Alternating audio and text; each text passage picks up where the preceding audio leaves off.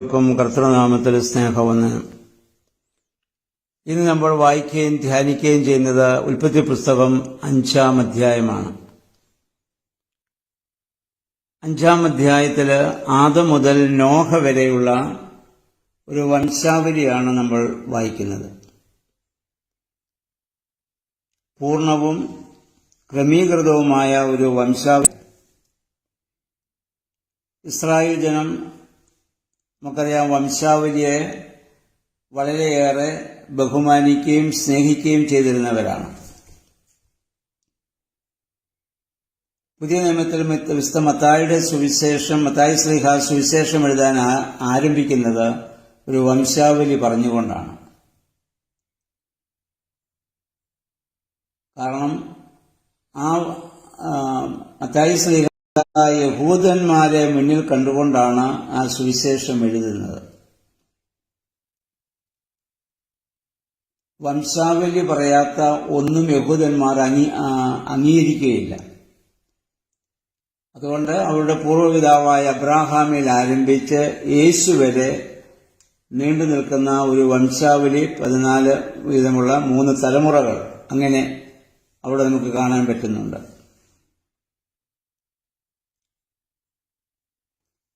3 ഘട്ടങ്ങളിലായിട്ട്. മാത്രമല്ല വിശുദ്ധ മത്തായിയുടെ സുവിശേഷത്തിൽ പഴയ നിയമത്തിൽ നിന്നുള്ള ധാരാളം പ്രവചനങ്ങളുടെ ഉദ്ധരണി നമുക്ക് കാണാൻ പറ്റും. കാരണം മത്തായി ശ്ലീഹ യഹൂദന്മാരോട് പറയുന്നത് നമ്മുടെ പൂർവ്വപിതാക്കന്മാർ പ്രതീക്ഷിച്ചിരുന്ന മശിഹായാണ് ആ നസ്രയത്തുകാരൻ യേശു. പ്രവചനങ്ങളെല്ലാം അവനെക്കുറിച്ച് ഉണ്ട്. അതെല്ലാം അവരെ പറഞ്ഞ് ബോധ്യപ്പെടുത്താനുള്ള ശ്രമമാണ് മത്തായി ശ്ലീഹ അവിടെ നടത്തുന്നത്. എന്നാൽ വിശുദ്ധ ലൂക്കോസിന്റെ സുവിശേഷ വംശാവലിയുണ്ട്. 3-ാം അധ്യായത്തിന്റെ 29-30 വാക്യങ്ങൾ മുതൽ നമ്മൾ വായിക്കുമ്പോൾ, 23 വാക്യങ്ങൾ വായിക്കുമ്പോൾ ആ വംശാവലിയുടെ പ്രത്യേകത, ആ വംശാവലി യേശുവിൽ തുടങ്ങി പുറകോട്ടാണ് വംശാവലി പറയുന്നത്. അത് ആദം വരെ പോയി. കാരണം ലൂക്കോസിന്റെ സുവിശേഷം യഹൂദന്റെ മാത്രം രക്ഷയല്ല, സകല ലോകത്തിന്റെയും സകല ജാതികളുടെ രക്ഷയ്ക്കാണ് യേശു മനുഷ്യാവതാരം ചെയ്തത്. അതുകൊണ്ട് ആ ജാതികളെ മുന്നിൽ കണ്ട് എഴുതുന്നതുകൊണ്ട് ആ വംശാവലി യേശുവിൽ ആരംഭിച്ച് അബ്രാഹാമിൽ വന്ന് അവസാനിക്കുന്നില്ല. അതിനും പുറകോട്ട് പോയി, ആദം വരെ പോയി. കാരണം ആദമിൽ മനുഷ്യൻ മാത്രമേ ഉള്ളൂ, ജാതിയും മതവും അവിടെയില്ല. അതുകൊണ്ടാണ് ഓരോരുത്തരും എഴുതുന്നതിന്റെ അവിടെ ആ ലക്ഷ്യം വെച്ചാണ്, ആ ഉദ്ദേശം മുന്നിൽ കണ്ടുകൊണ്ടാണല്ലോ എഴുതുന്നത്. ഇവിടെ യഹൂദന്മാരും ആ വംശാവലിയെ ആദരിക്കുന്നു എന്നുള്ളതിന്റെ ഏറ്റവും വലിയൊരു സൂചനയാണ് ഇവിടെയും ആദം മുതൽ നോഹ വരെയുള്ള ഒരു വംശാവലിയെക്കുറിച്ച് നമുക്ക് വായിക്കാൻ പറ്റുന്നത്. ഒരു പുത്രൻ ജനിക്കുമ്പോൾ പിതാവിന് എത്ര വയസ്സുണ്ടായിരുന്നു എന്ന് കാണിക്കുന്ന രീതിയിലാണ് ഈ വംശാവലി എഴുതിയിരിക്കുന്നത്. ഇന്നയാൾക്ക് ഇത്ര വയസ്സായപ്പോൾ ഇന്നയാളെ ജനിപ്പിച്ചെന്ന് പറഞ്ഞുകൊണ്ടാണ്.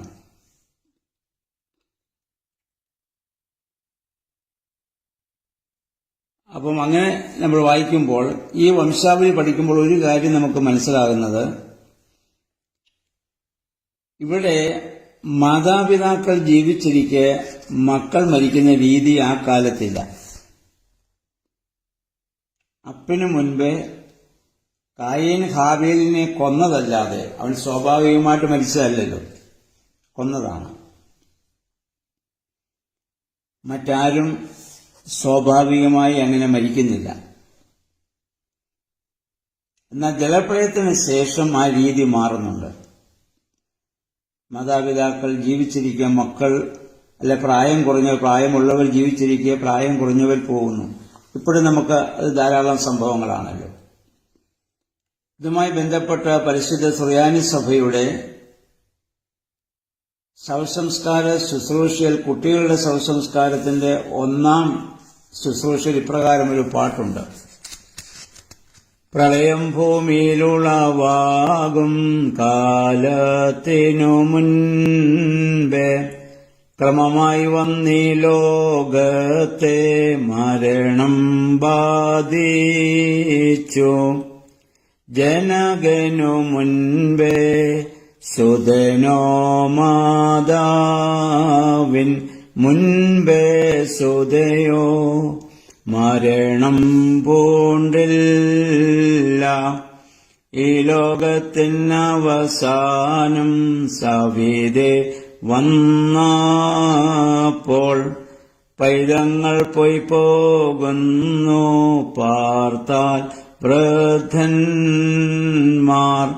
ഹാലേലുയ്യ ശേഷിച്ചിടുന്നു. ഈ പാട്ടിൽ പറയുന്നത് പ്രളയം ഭൂമിയിൽ ഉളവാകും കാലത്തിനു മുൻപേ ക്രമമായി വന്നീ ലോകത്തെ മരണം ബാധിച്ചു. ജലപ്രളയത്തിനു മുൻപ് മരണം ക്രമമായി വന്നാണ് ലോകത്തെ ബാധിച്ചത്. ജനകനു മുൻപേ സുതനോ മാതാവിന് മുൻപേ സുതയോ മരണം പൂണ്ടില്ല. അതായത് അപ്പന് മുൻപേ മകനോ അമ്മയ്ക്ക് മുൻപേ മകളോ മരിച്ചിട്ടില്ല. എന്നാൽ ഈ ലോകത്തിന് അവസാനം സവിതേ വന്നപ്പോൾ, അടുത്തു വന്നപ്പോൾ പൈതങ്ങൾ പോയിപ്പോകുന്നു പാർത്താൽ വൃദ്ധന്മാർ. പ്രായം കുറഞ്ഞവർ മരിക്കുകയും വൃദ്ധന്മാർ ഭൂമിയിൽ ജീവിക്കുകയും ചെയ്യുന്നു. കാരണം പുതിയ നിയമത്തിലെ സംബന്ധിച്ചിടത്തോളം മുൻപേ പോയിടുന്നവർ ഭാഗ്യവാന്മാരെന്ന് നമ്മൾ പറയുന്നത്. കാരണം പർദീസായുടെ കുറിച്ചുള്ള ബോധ്യം മനുഷ്യന് ലഭിച്ചു. അപ്പോൾ എത്രയും പെട്ടെന്ന് ക്രിസ്തുവിനോട് ചേരുവാനുള്ള ആഗ്രഹമാണ് ആദിമ സഭയ്ക്കുണ്ടായിരുന്നത്. അതുകൊണ്ട് നമ്മുടെ ആരാധന പാടുന്ന ലോകം താത സഹോദര ജാതി തറവാട് ആകെ ഉപേക്ഷിച്ച് യേശുവിനായി മരണത്തെ സ്നേഹിച്ചുവെന്നാണ്. അതിന്റെ ഈ രണ്ടാം സ്ഥാനസായിൽ അതുമായി ബന്ധപ്പെട്ട് ഇങ്ങനെ പാടുന്നുണ്ട്. ഉയരുന്നുറവേദേ വസുധ നിന്നെയുൾക്കൊണ്ട മരണഗതന്മാർ മരണത്തെ ഭീതിപ്പെട്ടില്ല. ലോവോസാറും യായിറോസൂദയും വിധവാസുതനും നിന്നെ നുകർന്നാദ്യം മൃതരായൊരുദ്ധാനം ചെയ്തോദ്ധാനം നൽകും. ജീവേശനു പാടും സ്തുതിയൻ നീ മൂവരുമൊന്നായി. ഹാലേലുയ്യ സാക്ഷിച്ചിടുന്നു.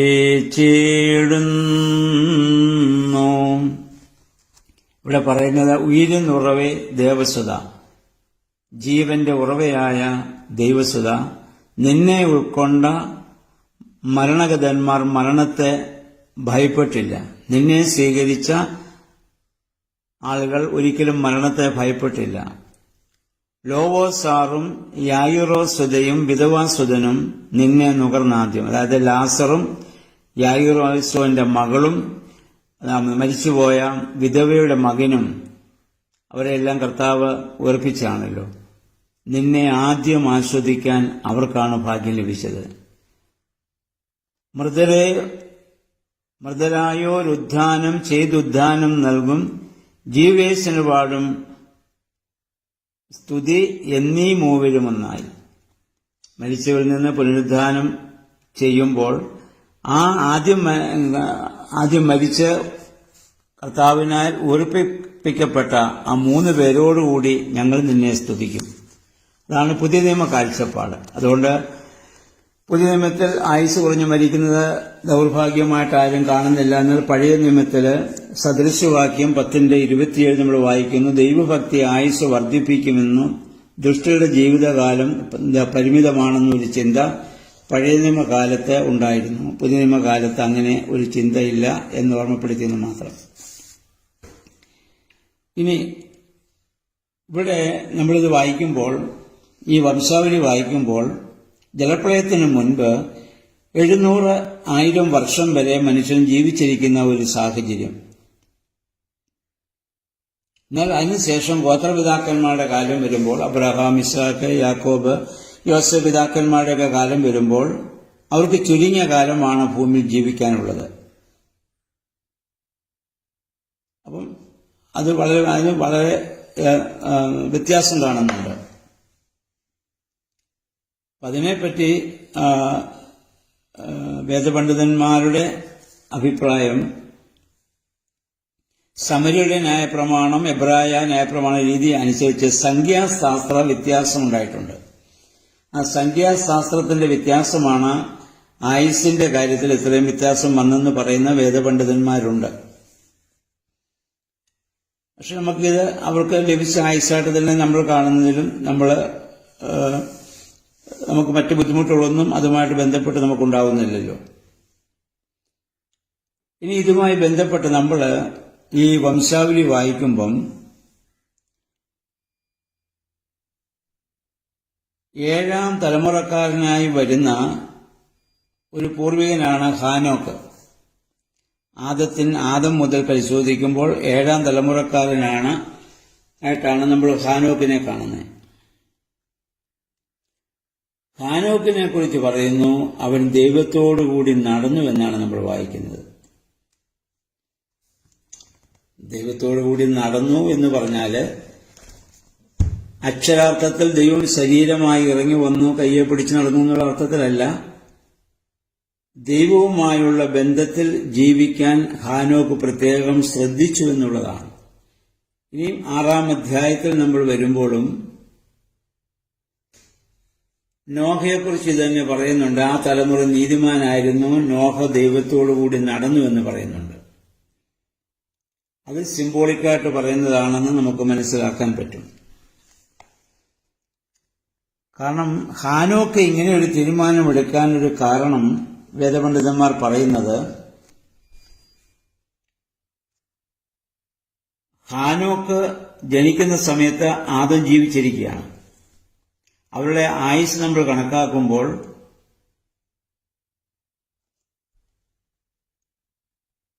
ആദമിന് 622 വയസ്സാകുമ്പോഴാണ് ഹാനോക്കിന്റെ ജനനം.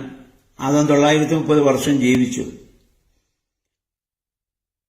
അപ്പോൾ ഹാനോക്ക് ജനിച്ചതിന് ശേഷം ആദമിനെ 308 വർഷം കാണുവാനും മനസ്സിലാക്കുവാനുള്ള അവസരം ഹാനോക്കിന് ലഭിച്ചിട്ടുണ്ട്. ഈ വംശാവലിയുടെ വർഷം വെച്ച് നമ്മൾ കണക്കാക്കുമ്പോൾ അങ്ങനെ 308 വർഷം ഏദൻ തോട്ടത്തെക്കുറിച്ചും ദൈവത്തോട് ചേർന്ന് നടന്ന കാര്യത്തെക്കുറിച്ചും ഒരുപാട് കാര്യങ്ങൾ ആദത്തിൽ നിന്ന് ഹാനോക്ക് മനസ്സിലാക്കിയിട്ടുണ്ടാവും. അതുകൊണ്ട് പാപം ചെയ്യാൻ ധാരാളം അവസരം ആ ഭൂമിയിലുണ്ട്. ഒരുപാട് പേര് പാപം ചെയ്ത് ജീവിക്കുന്നുമുണ്ട്. അതിൽ നിന്ന് വ്യത്യസ്തനായി തന്റെ പൂർവികനായ ആദത്തെ പോലെ ദൈവത്തോട് ചേർന്ന് നടക്കുവാൻ ആഗ്രഹിച്ച് തീരുമാനിച്ച ഒരു വ്യക്തിത്വമായി ഈ ഹാനോക്കിനെ നമുക്ക് കാണാവുന്നതാണ്. അപ്പൊ നമുക്കറിയാം, നമ്മുടെയൊക്കെ പൂർവികരുടെ കാലത്ത് ജോയിന്റ് ഫാമിലി സിസ്റ്റം ആയിരുന്നല്ലോ നമുക്കുണ്ടായിരുന്നത്. അതുകൊണ്ട് ഒരു വീട്ടിൽ തന്നെ വല്യപ്പച്ചൻ, വല്യമ്മച്ചി, മക്കള്, കൊച്ചുമക്കള്, കൊച്ചുമക്കളുടെ മക്കള്, അങ്ങനെ അനേക തലമുറകൾ ഒന്നിച്ച് ഒരു ഭവനത്തിൽ താമസിക്കുന്ന രീതി. അപ്പോൾ ഉണ്ടായിരുന്ന ഒരു സന്തോഷവും ഒരു അനുഗ്രഹം എന്തെന്ന് ചോദിച്ചാൽ, വല്യപ്പച്ചന്മാരുടെയും അമ്മച്ചിമാരുടെയൊക്കെ ജീവിതാനുഭവം, ദൈവം അവരെ അത്ഭുതകരമായി വിടുവിച്ച സംഭവങ്ങൾ, ദൈവം വഴി നടത്തിയ കാര്യങ്ങൾ, അവർ നേരിട്ട പ്രതിസന്ധികൾ, ഇതെല്ലാം മക്കളോട് പറഞ്ഞു കൊടുക്കും. അത് കൂടുതലും പ്രാർത്ഥനാ സമയത്തൊക്കെയാണ്. പ്രാർത്ഥനയൊക്കെ കഴിഞ്ഞിട്ട് അവരിങ്ങനെ അവരുടെ പഴയകാല ചരിത്രങ്ങളും കഥകളും ഒക്കെ പറയുമ്പോൾ കൊച്ചുമക്കൾ അത് വളരെ ആകാംക്ഷയോടെ കേട്ടിരിക്കുന്നത് കാണാം. ഞങ്ങൾക്കൊക്കെ ഞങ്ങളുടെ അവസരം ധാരാളം കിട്ടിയിട്ടുണ്ട്. അപ്പോൾ 1000 പുസ്തകം വായിക്കുന്നതിനേക്കാൾ ശക്തമാണ് അവരുടെ ജീവിതാനുഭവത്തിന്റെ സാക്ഷ്യങ്ങൾ. ആ ഒരു അനുഭവം ഉള്ളതുകൊണ്ട് ആ ദൈവാശ്രയത്തിൽ നമ്മൾ ഇത് വളരുകയാണ്. ചെറിയ പ്രായത്തിൽ ഇന്നത്തെ പോലെ ബൈബിൾ അക്കാലത്തും ഒന്നും വലിയ സുലഭമല്ല. അപ്പോഴെല്ലാം ദൈവത്തെക്കുറിച്ച് മനസ്സിലാക്കുന്നത് ഇവർ പറഞ്ഞു കേട്ടിട്ടാണ്. ഇന്നിപ്പം ജോയിന്റ് ഫാമിലി സിസ്റ്റം വന്നപ്പോൾ അതിനുള്ള അവസരങ്ങളൊക്കെ നമുക്ക് നഷ്ടപ്പെട്ടു പോയി. അത് വളരെ ഖേദകരമായ ഒരു അനുഭവമാണ്. ജീവിക്കുന്ന സാക്ഷ്യം ആർക്കും കേൾക്കാൻ സാധിക്കാത്തൊരനുഭവം. എന്നാലും ഹാനോക്കിനെ സംബന്ധിച്ചിടത്തോളം അങ്ങനെയുള്ള ഒരു അനുഭവം അത് ആദത്തിൽ നിന്ന് ലഭിച്ചുകൊണ്ടാവാം അദ്ദേഹത്തിന് അങ്ങനെയൊരു ഭാഗ്യം ലഭിച്ചത്.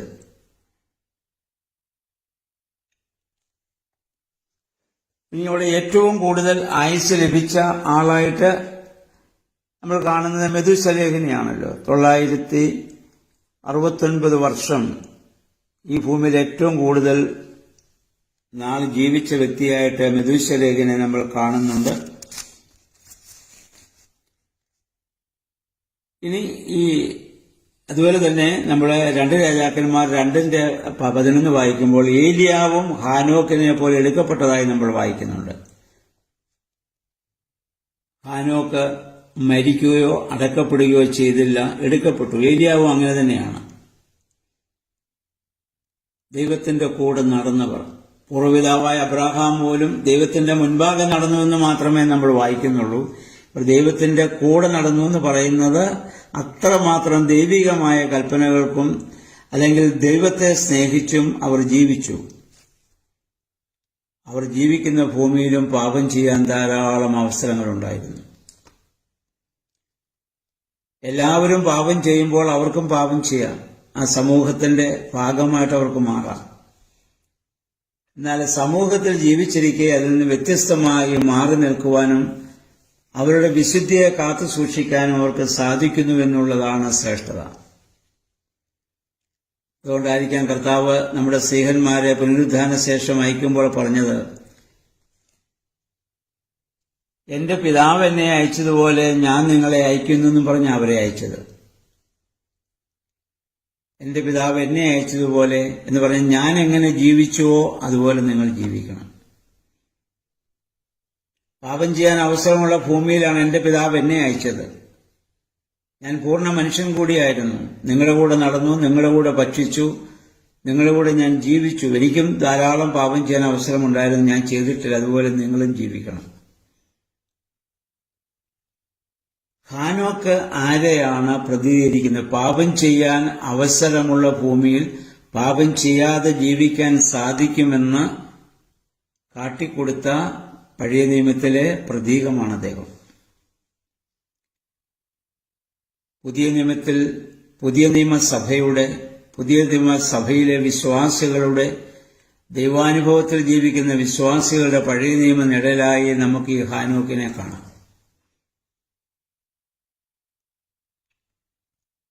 അപ്പോൾ ഹാനോക്കിനെ കുറിച്ച് യൂദാ ശ്ലീഹ പറയുന്നത്, യൂദാ ശ്ലീഹയുടെ ലേഖനം 14-15 വാക്യങ്ങൾ പറയുന്നുണ്ട്, ഹാനോക്ക് ഒരു പ്രവാചകനായിരുന്നു. തീർച്ചയായും ജലപ്രളയത്തെക്കുറിച്ച് ഹാനോക്കും അല്ലെങ്കിൽ ഭൂമിക്ക് വരാൻ പോകുന്ന ന്യായവിധിയെക്കുറിച്ച് പറഞ്ഞിട്ടുണ്ടാകും. അതിന്റെ തുടർച്ചയായിട്ടാണ് പിന്നീട് നോഹയുടെ പ്രസംഗവും നോഹയുടെ കാലവും ഒക്കെ വരുന്നത്. അപ്പോൾ അതിനുള്ള ആ ഒരു അവസരം, പാപം ചെയ്യാൻ അവസരമുണ്ടായാലും പാപം ചെയ്യാത്തവനാണല്ലോ നീതിമാൻ. നോഹയെക്കുറിച്ച് പറയാം, നമ്മൾ ഇനി നാളെ അത് വായിക്കും. നോഹയെക്കുറിച്ച് പറയുന്നതാണ്, നോഹ ആ തലമുറയിലെ നീതിമാനായിരുന്നു. എല്ലാ ആളുകളും പാപം ചെയ്ത് ദൈവം ഭൂമിയെ നശിപ്പിക്കാൻ വരെ തീരുമാനിച്ച അത്രമാത്രം ദൈവം പോലും ദുഃഖിച്ച കാലഘട്ടത്തിൽ പാപം ചെയ്യാതെ ജീവിക്കാൻ തന്നെ കാത്തു സൂക്ഷിച്ച മനുഷ്യൻ, ദൈവത്തിന്റെ കൂടെ നടന്ന മനുഷ്യനായിട്ട് നമ്മൾ ഇനി നോഹയെ കാണാം. ആയതുപോലെ തന്നെ അവരുടെ പൂർവ്വപിതാവായ ഈ ഹാനോക്കും അപ്രകാരം ജീവിക്കുകയാണ്. അവൻ ദൈവത്തോട് ചേർക്കപ്പെടുകയാണ്. അപ്പോൾ ആത്മീയമായി മരിച്ചവരുടെ ഇടയിൽ ഒരു പുനരുദ്ധാന ശക്തിയോട് ജീവിക്കുന്ന വ്യക്തി, പുതിയ നിയമ വ്യക്തിത്വത്തിന്റെ പഴയ നിയമത്തിലെ നിഴലാണ് ഹാനോക്ക്. നമ്മളും ജീവിക്കുന്നത് ആത്മീയമായി മരിച്ചവരുടെ ഇടയിലാണ്. ജീവനുള്ളവരായി ജീവിക്കണം. കാരണം സ്നാനത്തിൽ നമുക്ക് ഒരു മരണവും പുനരുദ്ധാനവും സംഭവിക്കുന്നു. കൊലോസ്യർ 2:10-11 വാക്യങ്ങളിൽ പൗലോസ്ലീഹ പറയുന്നു, സ്നാനത്തിൽ എന്ത് സംഭവിക്കുന്നു? സ്നാനത്തിൽ നിങ്ങൾ യേശുവിനോടുകൂടി മരിച്ചടക്കപ്പെടുകയും അവനെ ഉയർപ്പിച്ച ദൈവത്തിന്റെ വ്യാപാര ശക്തിയുള്ള വിശ്വാസത്താൽ അവനോടുകൂടെ നിങ്ങൾ ഉയർത്തെഴുന്നേൽക്കുകയും ചെയ്തിരിക്കുന്നു. ഒരു മരണവും പുനരുത്ഥാനവും അവിടെ സംഭവിക്കുന്നു. ഏതാണ് മരണം? ആത്മാവിന്റെ മരണം, ആത്മാവിന്റെ പുനരുത്ഥാനം. സ്നാനത്തൊട്ടിൽ ഇറങ്ങുമ്പോൾ യേശുവിനോടുകൂടി മരിച്ചടക്കപ്പെടുന്നു. അവിടെ നിന്ന് എഴുന്നേൽക്കുമ്പോൾ പുനരുത്ഥാനം ചെയ്ത കർത്താവിന്റെ ശരീരത്തിലെ അവയവമായി നമ്മൾ മാറ്റപ്പെടുന്നു. പിന്നെ നമ്മൾ എന്നും ജീവിക്കുന്നു, കാരണം ക്രിസ്തു എന്നും ജീവിക്കുന്നു. അതുകൊണ്ടാണ് വിശ്വാസികൾ പിന്നെ മരിച്ചു എന്ന് പോലും പറയാൻ വാങ്ങിപ്പോയവർ അവസ്ഥാ മാറ്റം മാത്രമേ അവർക്ക് സംഭവിക്കുന്നുള്ളൂ. ഡിപ്പാർട്ടഡ് പേഴ്സൺ എന്ന് സഭ പറയുന്നത് കൊണ്ടാണ്. അപ്പോൾ ആ ആത്മീയമായി മരിച്ചവരുടെ നടുവിൽ ഉയർപ്പിന്റെ ശക്തിയാൽ മരണത്തെ ജയിച്ച് ജീവിച്ചവനാണ് ഹാനോക്ക്. അങ്ങനെയാണ് ഞാനും നിങ്ങളും ഈ ഭൂമിയിൽ ജീവിക്കേണ്ടത്. ധാരാളം അവസരങ്ങൾ പാപം ചെയ്യാനുണ്ട്. അത് പൗലോസ്ലീഹ പറഞ്ഞു, നമ്മളൊരു യുദ്ധഭൂമിയിലാണ്. നന്മ ചെയ്യാൻ ആഗ്രഹിക്കുന്നു, ഇച്ഛിക്കാത്ത തിന്മ ചെയ്യേണ്ട സാഹചര്യങ്ങളുണ്ട്. ജഡം, ലോകം, പിശാച് ഇവ മൂന്നിനുള്ള പോരാട്ട സഭയിൽ നമ്മൾ ജീവിക്കുകയാണ്. പക്ഷെ നമുക്കതിനെ അതിജീവിക്കാൻ സാധിക്കും, ആ ദൈവാനുഭവം നമുക്കുണ്ടെങ്കിൽ. അപ്പോൾ ഏകദേശം 308 വർഷം ആദമിനെ കാണാനുള്ള ഭാഗ്യം, കേൾക്കുവാനുള്ള ഭാഗ്യം ഹാനോക്കിന് ലഭിച്ചതുകൊണ്ടാവാം ആ തലമുറയിൽ മറ്റ് ധാരാളം ആളുകളുണ്ട്, അവർക്ക് ആർക്കും അങ്ങനെ ഒരു ബോധ്യമുണ്ടായില്ല. പക്ഷെ ഹാനോക്ക് അങ്ങനെ ഒരു തീരുമാനമെടുത്തു. എന്റെ പൂർവ്വപിതാവായ ആദം പാപം ചെയ്തതിനു മുൻപ് ദൈവത്തോടൊപ്പം എങ്ങനെയായിരുന്നുവോ അതുപോലെ എനിക്ക് ഭൂമിയിൽ ജീവിക്കാൻ സാധിക്കണം. അങ്ങനെ ജീവിച്ചവനെ ദൈവം തന്റെ കൂടെ നിത്യം വസിക്കുവാൻ തക്കവണ്ണം എടുത്തുകൊണ്ടുപോയെന്നാണ്. ഇതാണ് നമുക്ക് വരാൻ കർത്താവിന്റെ രണ്ടാമത്തെ വരവിൽ നമുക്ക് ലഭിക്കാൻ പോകുന്ന, വിശ്വാസികൾ ലഭിക്കാൻ പോകുന്ന പുനരുത്ഥാനത്തിന്റെ, കർത്താവിനോട് ചേർക്കപ്പെടുന്ന ആ പുനരുത്ഥാനത്തിന്റെ ഒരു നിഴലായി, പ്രതീകമായി ഈ സംഭവത്തെ നമുക്ക് കാണാവുന്നതാണ്.